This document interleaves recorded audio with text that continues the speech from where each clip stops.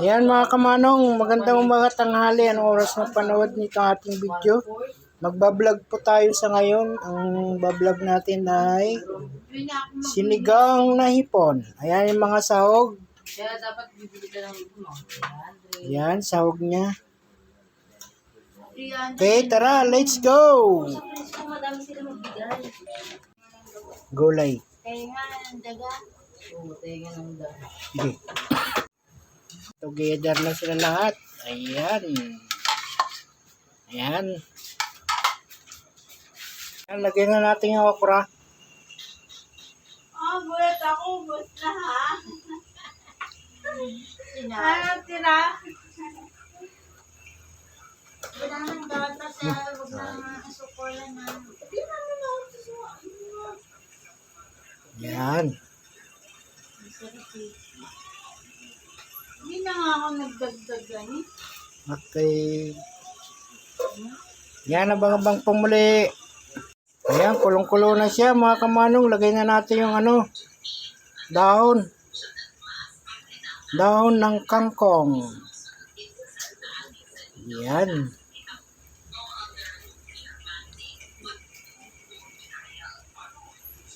Sabay mo na yung hipon.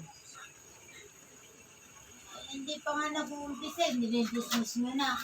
Hindi ba kayo? Ilagay ko lang po yung hipon tayo. Lagay mo pang konting sabaw. Tapos lalagyan ko po lang. Ito po.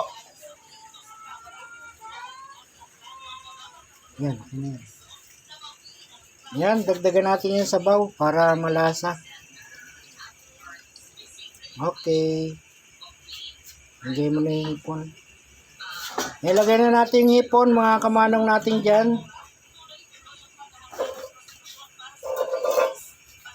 Yan.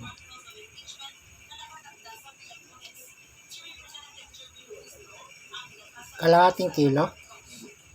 1/4 lang po yun. Yan, 1/4 lang po yan. Kulang sa budget. Yan. Yan, abang-abang na lang po. Yan, lagyan na natin yung pangpaasim.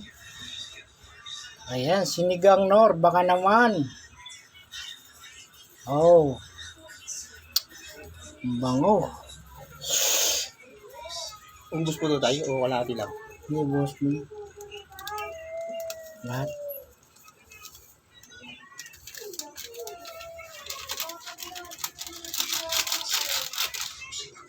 Okay.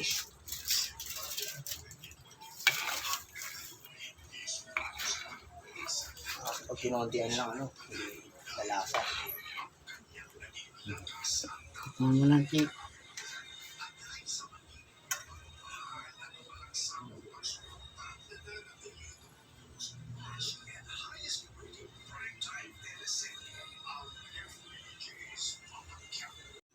Ayan, okay na po ating sinigang. Hawak ka dyan.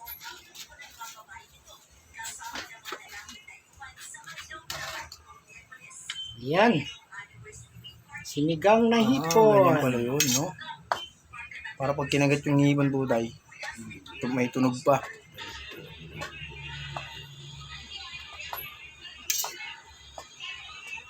Ayan, lagyan natin yung mga gulay sa gilid para medyo naman, yung pang restaurant ba.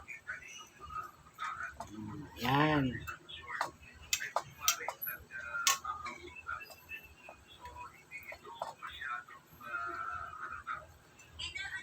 Yun, okay. Picture mo dito. Picture. Stop na po lang.